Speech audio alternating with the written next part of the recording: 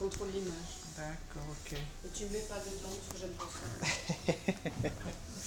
Il vaut mieux le poser pour pas que ça bouge trop. C'est comme ça, c'est dans ce sens-là qu'il faut le mettre?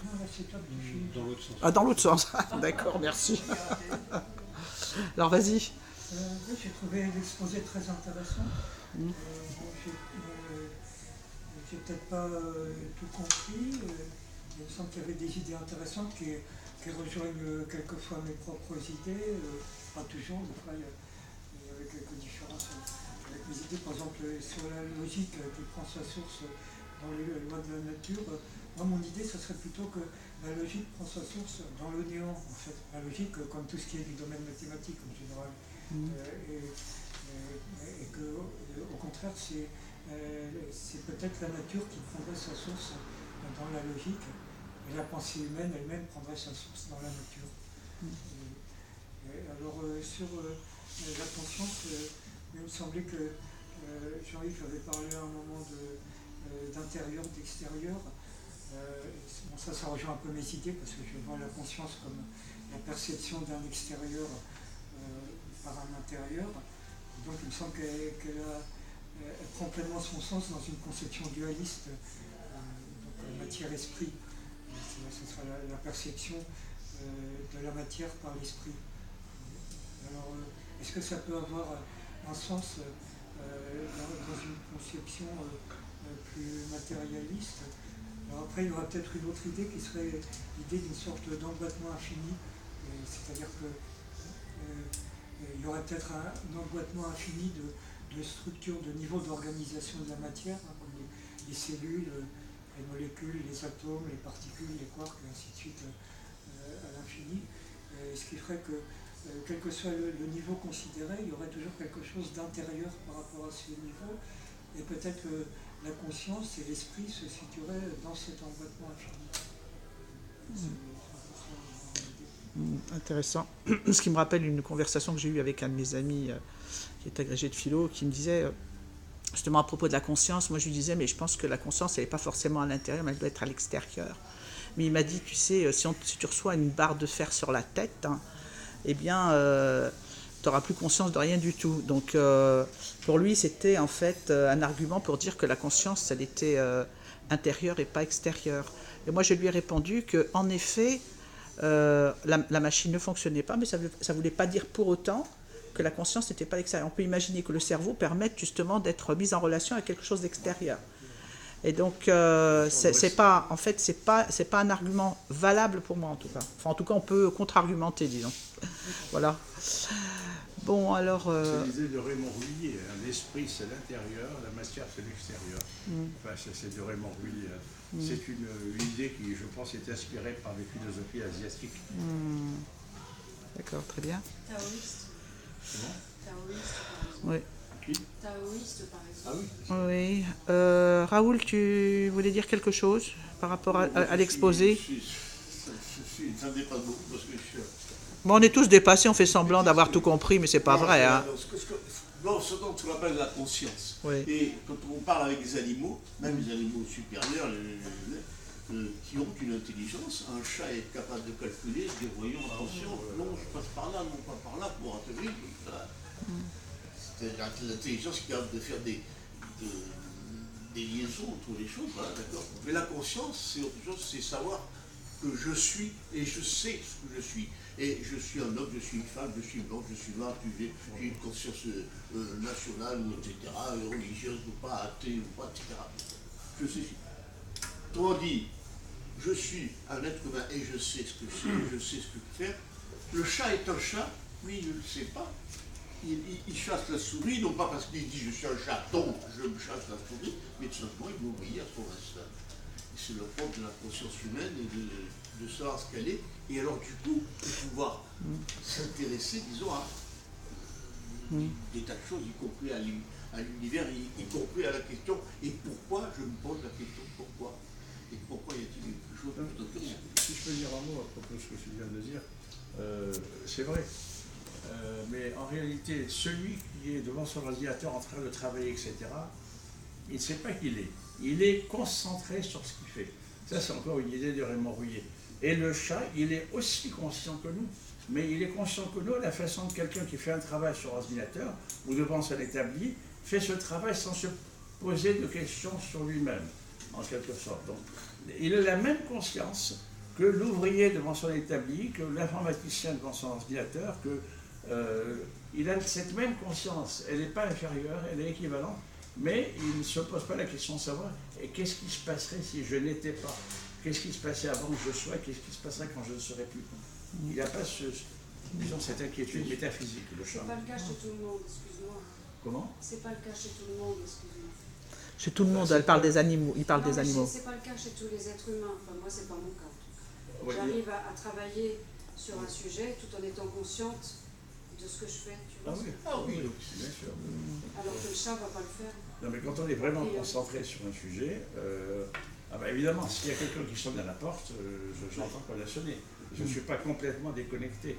Mais je suis tellement concentré sur ce que je fais, et puis peut-être évidemment sur les bruits de l'environnement, comme quelqu'un qui sonne à la porte, ou j'attends quelqu'un, que je ne me pose pas des questions sur moi-même. N'est-ce pas? Il faut être vraiment, je veux dire, presque... Il faut être sur deux plans en même temps. Voilà. Mais il faut être presque oisif, je veux dire, pour se dire... pour se poser des questions métaphysiques sur soi. Oui, mais justement, je pense aux animaux, le chat par exemple, il a mangé, etc.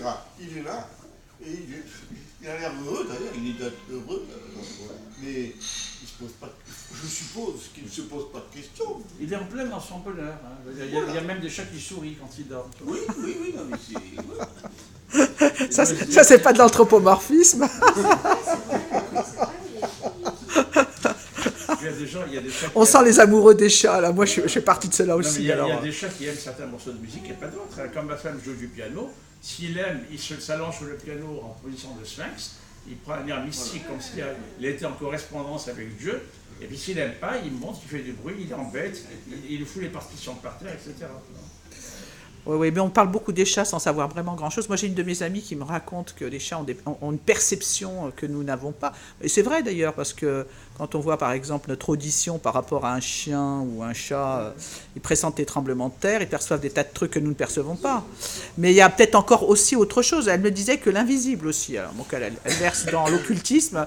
Elle me disait qu'il voit des choses dans la maison que nous ne voyons pas en fait. Non, mais tu sais, tu disais tout à l'heure que notre cerveau, c'est peut-être pas quelque chose qui crée la pensée, mais quelque chose qui est, disons, qui capte une pensée qui existe par ailleurs, parce qu'il est fait comme ça. De même qu'un portable capte une émission, un cerveau capte une pensée, c'est possible.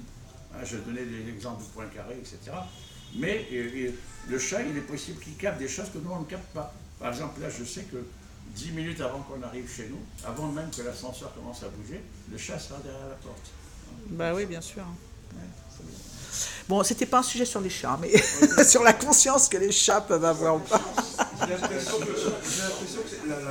la différence sur laquelle on insiste, elle est due à la façon dont nous on utilise le langage. Quand on dit qu'il ne se pose pas de questions sur le... Parce que j'ai l'impression que pour ce qui est de résoudre des problèmes ou de... Ah ouais, si je l'ai écrit dans un truc, le questionnement, il doit exister aussi dans d'autres formes de...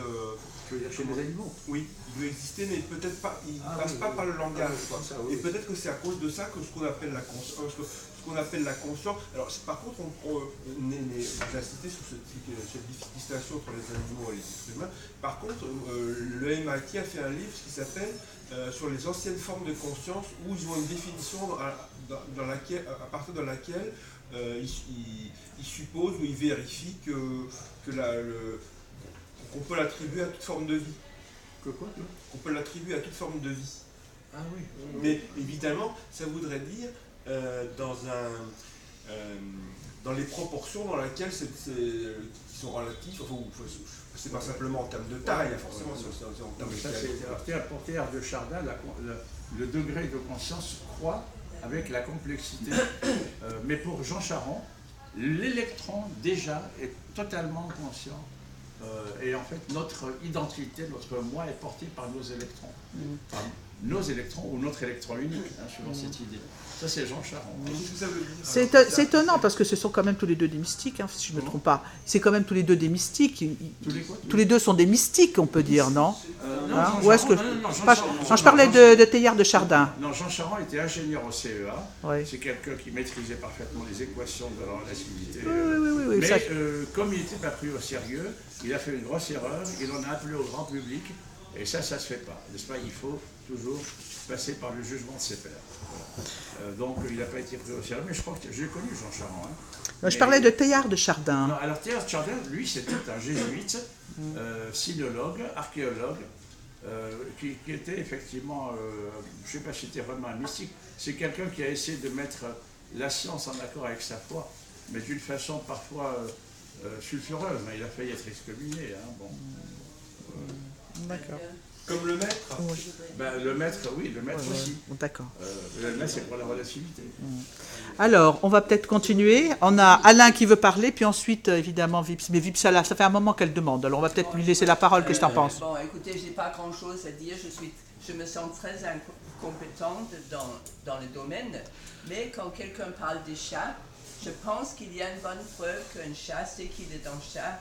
Enfin, un chat, c'est nous qui l'avons appelé chat. C'est que quand il voit un autre chat, il reconnaît. On peut. Tu reconnais son semblable. Oui, oui, il sait il sait ce qu'il est. C'est de bonne preuve que quand il y a un autre chat qui vient, il n'y a pas de doute. Voilà. Ils savent ce qu'ils sont. D'accord, Vous très bien. voyez qu'un chat reconnaît un autre chat? Oui, Ouais, oui. Ah bah oui, bien Moi, sûr. j'ai une preuve que Je pense qu'il reconnaît une chatte, ça c'est sûr. Parce c'est un chat normal. il y a même une chatte que mon chat a plus ou moins un peu harcelé sexuellement, il a menacé de porter plainte. Donc un chat doit pouvoir aussi reconnaître l'autre chat qui est son concurrent. Ah, mais ça aussi, ça aussi. Oui, D'où ça, balance ton chat. Hein? les chats se reconnaissent quand ils sont en concurrence pour la femelle ou pour la nourriture. Je ne sais pas, je vais juste dire quelque chose. J'ai un peu l'impression, ou peut-être je me trompe parce que je ne comprends pas grand-chose, c'est que j'ai l'impression que Jean-Yves était interrompu au milieu de son exposé. Ah oui, bah, Oui, enfin, je ne sais pas. oui, tu as raison, tu as raison. On va peut-être revenir. On va laisser peut-être la parole donc à Alain et puis on va le laisser terminer s'il avait quelque chose à nous dire. Oui. Bon, j'avais déjà dit presque l'essentiel. Il y avait peut-être un petit truc, si, à propos de... Où est-ce que j'ai noté ça? Ah oui, l'incompréhensibilité revendiquée de la mécanique quantique. Peut-être que finalement, cette incompréhensibilité revendiquée... J'ai lu dans un ouvrage très ancien qui n'existe plus maintenant, de vulgarisation, un truc très intéressant, à savoir que l'incompréhensibilité, le caractère non pas incompréhensible d'ailleurs, c'est faux, elle est compréhensible, mais elle est inimaginable, ce qui n'est pas pareil. Le caractère inimaginable de la mécanique quantique, ce serait plutôt une preuve de sa réalité, de la réalité de ce qu'elle indique, de ce qu'elle décrit, comme étant extérieur au cerveau de celui qui élabore la théorie. Une théorie métaphysique, au sens où le disait un penseur du XXe siècle qui s'appelait Karl Popper, si elle est fausse, on ne pourra jamais le savoir, parce que c'est métaphysique. Je veux dire, ça échappe totalement à l'expérience.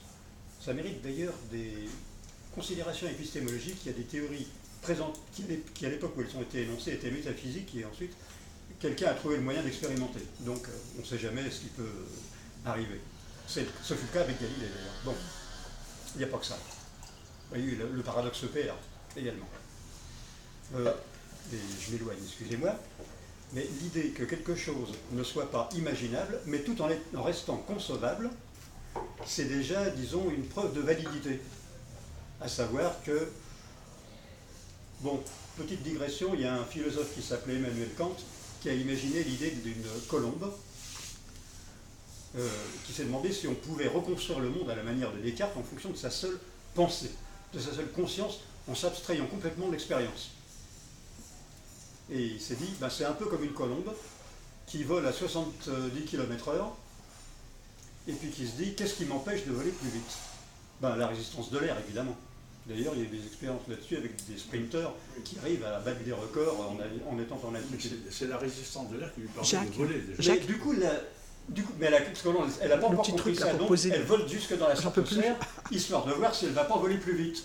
Manque de peau, au lieu de pas voler plus vite, elle se casse la gueule parce qu'il n'y a plus assez d'air. Bien sûr. Voilà, je te le laisse. Et Plus là.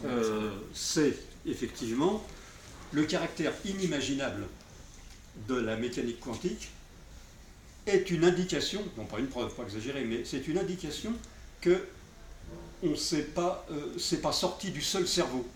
C'est la preuve d'une réelle confrontation avec l'expérience, et il y est venu un moment où, là où l'élucubration arrivait à des idées qui se tenaient très bien mais qui n'aboutissaient pas à quelque chose de pratique, là on avait affaire à des théories expérimentalisables, donnant lieu à des applications techniques également, et alors qu'on ne peut pas les imaginer.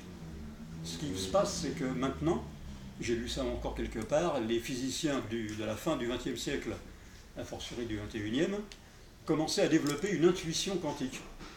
Entendez par là qu'ils étaient habitués à manipuler ces concepts et qu'ils avaient de ce fait un petit peu l'impression de pouvoir réagir avec eux comme du temps de Descartes, de Newton et de Huygens, ils ne sont pas tout à fait contemporains, bon. Mais c'était Huygens, je crois, qui disait qu'il n'acceptait comme scientifique qu'une démonstration qui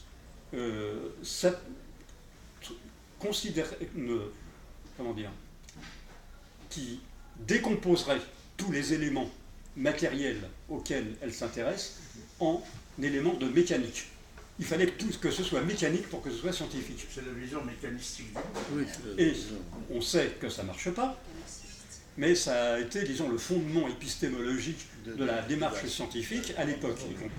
À l'époque de Descartes et pendant les 100 ans qu'on suivit, et même un peu au-delà. Ça a changé avec les Van Jung déjà, je pense. Bon. Maintenant, on sait qu'on ne peut pas se fier à quelque chose qu'on puisse imaginer. Il y a des choses qu'on peut imaginer, qu'on ne peut pas imaginer, je veux dire, mais qu'on peut concevoir. La différence entre imaginer et concevoir, c'est par exemple la géométrie à plus que 3 dimensions. On peut faire de la géométrie à 4 dimensions, à 5 dimensions, à n dimensions. On ne peut pas imaginer plus que 3. Très bien.